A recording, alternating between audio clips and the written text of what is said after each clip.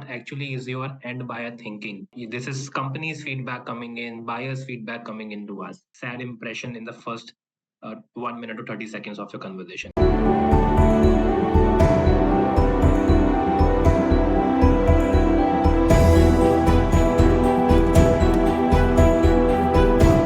I work with different companies, different industries, I would say. After my MBA, I started my career with a bank, ICICI Bank. I was part of their corporate sales environment team. So yeah, I think the banking industry will give you a lot of learning, and that's where I got my initial learning taste of being in the market, understanding all my customers, and then going into back end work of what I have to sell to them. So yeah, that was a great experience. Then I followed it up with an experience in a consulting company, which is FHL. They are into human resource consulting, where they deal with the front end, enterprises across the globe on specifically talent-based consulting work. And that's where I spent almost like 6.5 years. And then I moved to a early stage startup, again into human resource learning platform based organization. It was a very aggressive environment in startup. And then my current organization is Aon Consulting. It's again a global sort of a talent consulting company, and right now again I'm dealing with enterprises. Specifically from a region perspective, I take care of North and East of India markets for Aon Consulting. Yeah. Okay, so before I begin this whole session, what I would like to do is give you a brief idea on what this is all about. So the most important part in any of your interaction, with anyone in the market, I'll not just sales conversation. If you're interacting with any person whom you never talked to, the first point is how you open that conversation with that person. Yeah, and that's where you try and build that relationship, that rapport with that person. It can be your relatives, your friends, your prospects, anybody. Yeah. So that's where you have to understand this topic from a view that how to open a conversation more importantly, and then sales will obviously come in as a part of that thought process. Now the whole agenda here is not to give you the exact statements of what you should talk to your customer first, because see, each of you come from different industries. You are selling different things, so I do not know what you are doing. Yeah, but what I can tell you is, after this session, what you will take with you is a thought process, a mindset of what to think when you go to a prospect or you talk to anyone and open some conversation with the prospect. Yeah. So your thought process has to be aligned. The thinking has to be aligned with that mindset. Yeah. So, the most important point from a sales conversation perspective, when you open the conversation, you should know what does your buyer think. And, there are a lot of research in the market, which is done by a lot of companies, and they have came up with some statistics, which will help you to understand what actually is your end buyer thinking. You know, so number one point is that a lot of buyers, when being researched, they find that only 18% of the B2B salespeople are trusted, and respected. The trust factor is not there. This is one of the challenge that is coming up in the market. Second point is that 66% of salespeople are regarded as average or poor. Yeah, this is companies' feedback coming in, buyers' feedback coming into us.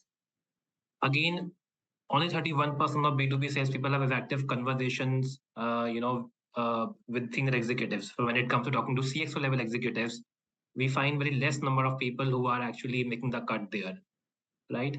So the biggest gap that comes here is, for all of us to understand, is that this is all about how you are building your relationship, building your rapport with the customers, and 50% of your rapport and relationship building with anyone, any prospect, starts with the initial maybe 1 minute or 30 seconds of your conversation with the person.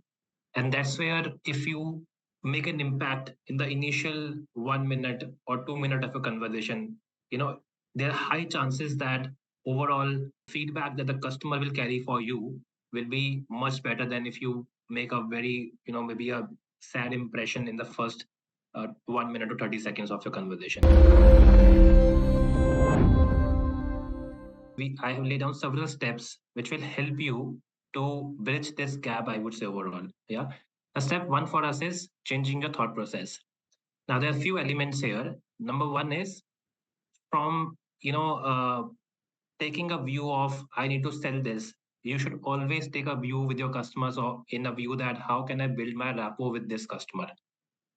Yeah. So with that as a thought, when you go to an prospect and start conversation, you will change yourself. So instead of focusing on what you need to sell, you will focus on how to show to a customer that I care for him. Yeah. Because if you start caring for the customer, you are putting him yourself in his or her shoes, and then you start conversing which the customer will like, and then he will give you more time and he will listen to you more importantly. Second point is, instead of focusing on just going and pitching a product and company, focus on how to create that value in the mind of your prospect. Yeah, because the prospect is always trying, his mind is always working like, whatever the guy is saying standing in front of me, what's in it for me? So till the time you create some value in your conversation, or you try and care for him, you understand, like, Daskrit, you mentioned this point of understanding the customer. Even Saikidan mentioned the point of understanding their needs. So all of these things relate exactly to this point, that you have to understand them, care for them, and create value for them. Yeah. So this is step one. Step two for us is how you can make an impactful first impression in front of your customers. Now, again, there are a few points here which you should keep in your mind when you go to a conversation. The most important point is, when you go to a client, anybody, you call someone, your confidence and enthusiasm plays a very, very important role. And I can tell you with my experience that, when I go to in front of the clients, my initial 1 minute of how I present myself, and if I'm calling someone, how my tone of voice is, if I'm being in front of someone face to face, like in an in-person meeting, how my confidence is, how enthusiastic I am, plays a very important role in the customer perceiving me as a strong guy who can create some impact, some value for him. Yeah. So your tonality of voice, your confidence, your enthusiasm all plays a very important role in creating that first impression when you start the conversation. So yeah, I covered this point. Your tone of voice becomes very important. Third important point is your dressing style. So if you are in an in-person meeting, try and see your audience. If it's an enterprise, customer, if it's sort of a, B2C customer, try and be dressed formal in front of them. Your dressing styles create that impact. And most importantly, if you're dressed right, you're confident about yourself, you will be confident in front of the customer also. Yeah. Fourth, as one of you mentioned this point of preparing it beforehand. Yeah, so this is a very important point. If you're prepared, you have researched the customer, you have researched what their needs are, you will be confident in, clearly articulating what you actually wanna, talk to them. So in preparation, again, there comes some strong elements, which include number one, uh, your decision makers. If you're talking to someone, you have to understand that whether this guy is at what level in the organization. Or if you're talking to someone, what is the stature of that person? He's a decision maker or he's a stakeholder. What is that person we're talking to? Second is the market conditions. Talking to any company, any industry, any person, for any of your product, you should know the market.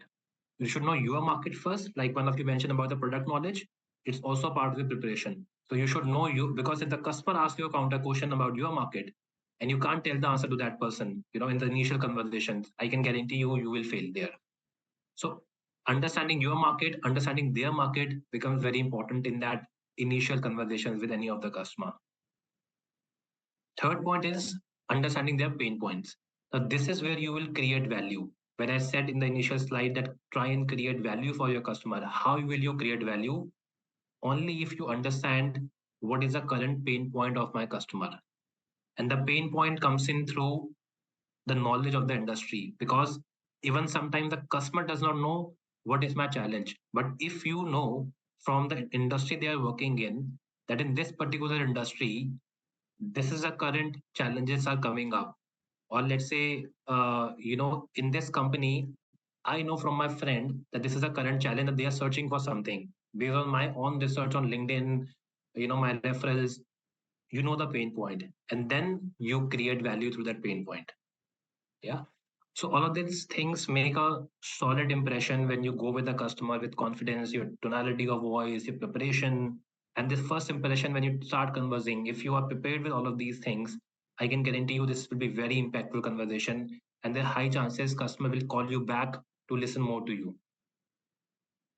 Yeah, great. So now, yeah, step three.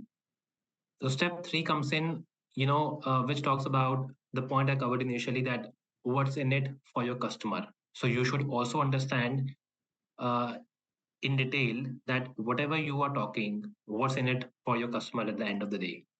Yeah. The number one point here is, uh, like to create value to, get your customer on board. You should focus on the metrics that exactly impact the customer. Now, depending on what you're selling, I don't know what you're selling. You're from different industries, different context. Whatever you are selling, your product should be able to make an impact either in their lifestyle, in their savings, or in their performance. If you're selling to me and I am part of a company, whatever you're coming to sell me, your initial conversation with me should be able to make an impact in my performance in my company. So if you're selling me, let's say some software, that software should have a positive ROI for my company. That will impact my performance in the company, and then I will listen to you and buy your software. If you're selling me some, let's say, banking product, maybe you are selling me, investment in a mutual fund. You are selling me something. Will it impact my saving or not? You have to be prepared for that, right? So all of these metrics, you have to be ready with the customer with some metrics when you go to the customer. Yeah. Second point is anything that you're going with a customer, to have that initial conversation starters. You should have some line which talks about improving their current situation. It can be anything which you are selling. The statement that you're making to the customer first time, should ideally have some line which has an impact to improve their sales, or to reduce their cost, or to improve efficiencies, or reduce their stress levels, depending on whatever you are selling. I don't know what you are selling, but you should have a bent of mind that how can my product improve my customer's current situation, and include those lines in your initial conversation with your customer. That will make the impact. Yeah. Third is always try to generate curiosity in your customers. Yeah. So again, initial conversations with your customer, uh, customers might ask you some counter questions, but you should be smart enough to answer them in a way that generate further curiosity in the mind of your customer. Now, how can you generate curiosity is by giving him some story which has a very solid ROI at the end of the day. Yeah. Now, those stories, that ROI figures, why does every company say my product give 45% upside or 45% ROI? Customers will want to understand how does it happen. Yeah. So those statements will generate curiosity in the mind of your customer. Fourth is proof of evidence. Again, a very important part.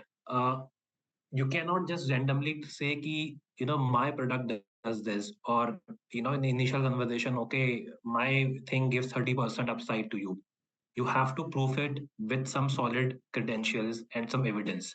So give examples of other customers, other competitor of that your customer's company, that they used it and they got a 15% upside. Because your company, wherever whatever you're doing, you are not working with just one customer. You're working with maybe 15, 20, 100 customers. I don't know. You have to give examples to create that solid, impact in the first conversations.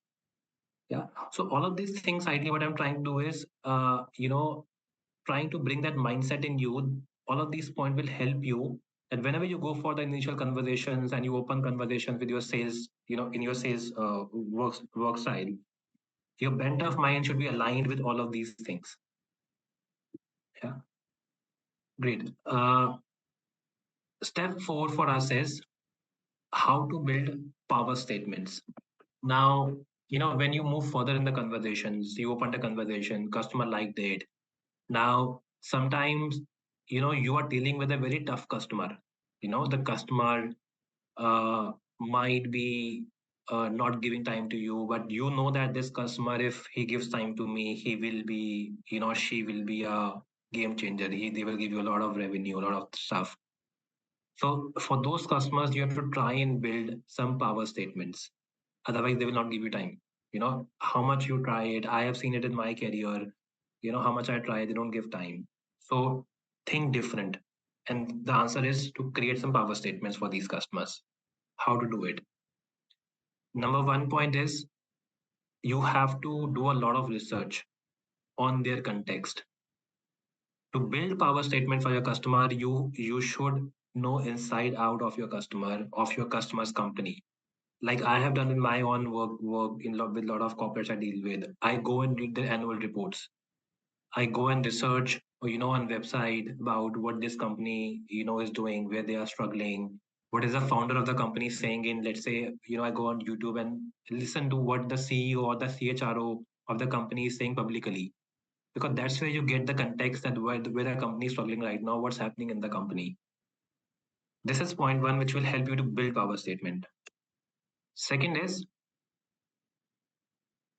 when you address their issues, so you understand from various research that this is the issue that the company is facing. Now you are offering to address that issue should be wrapped up with some very solid storylines. Yeah. So when you go and open some conversation with a customer, which is very difficult, complex thing, now you know the pain point. You cannot just say that, okay, I know your pain point and I will solve this. They will not give you time, I can tell you.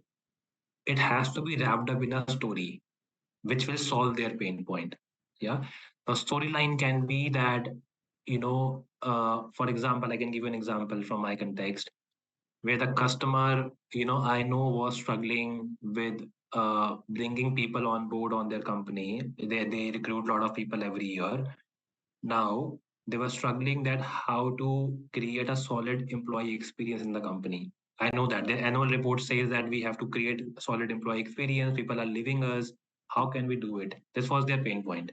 At- Attrition has to be reduced. Now the answer here is that there has to be some software, some platform which will help create a solid employee experience for their company.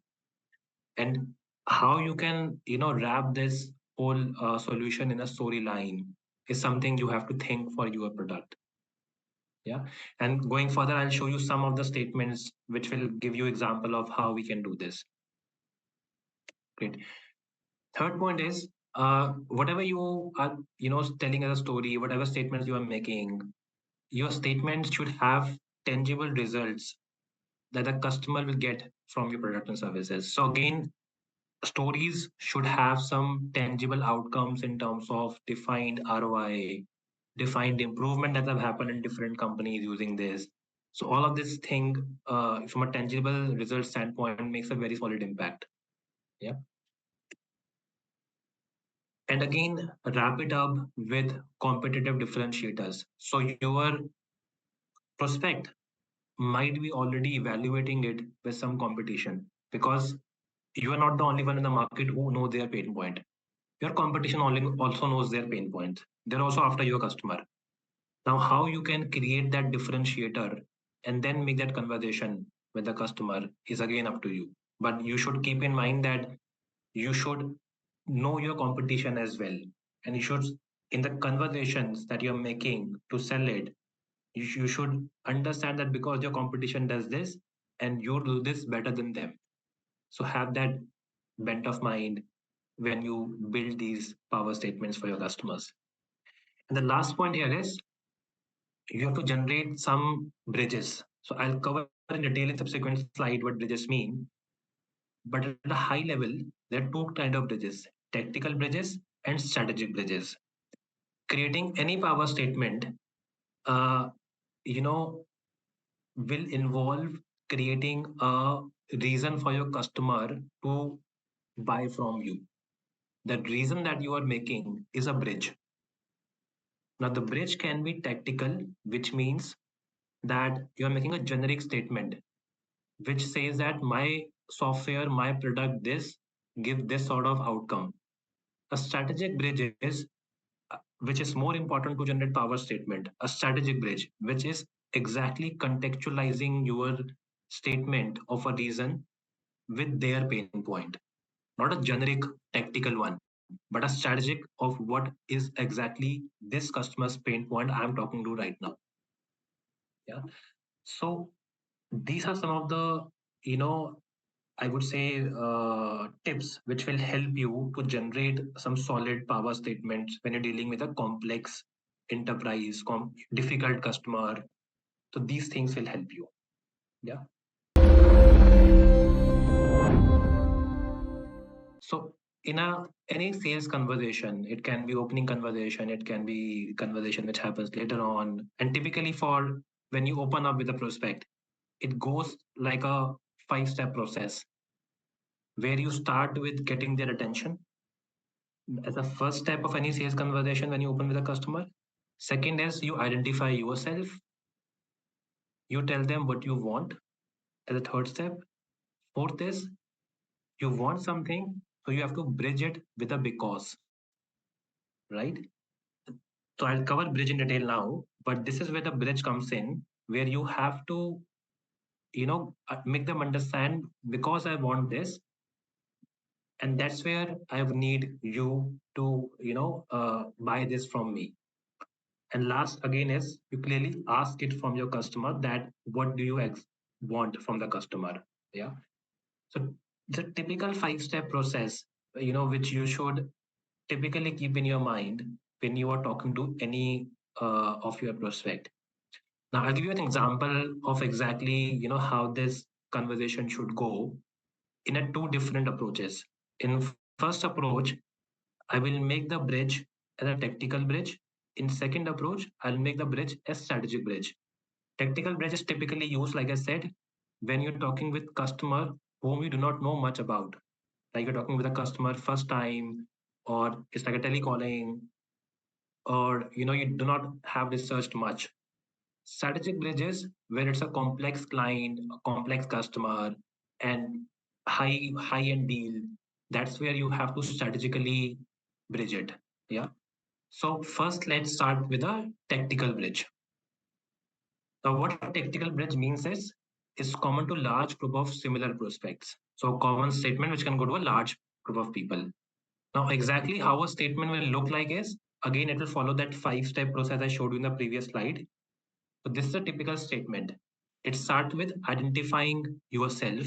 So, hi, this is Deepanshu from ABC Consultants. So, if you see the slide, you got their attention. Hi, Ashok. You identified yourself. Then third step is you tell them that what you want. So I told them what I want is the reason I'm calling is to schedule an appointment with you to show you our new HRMS software.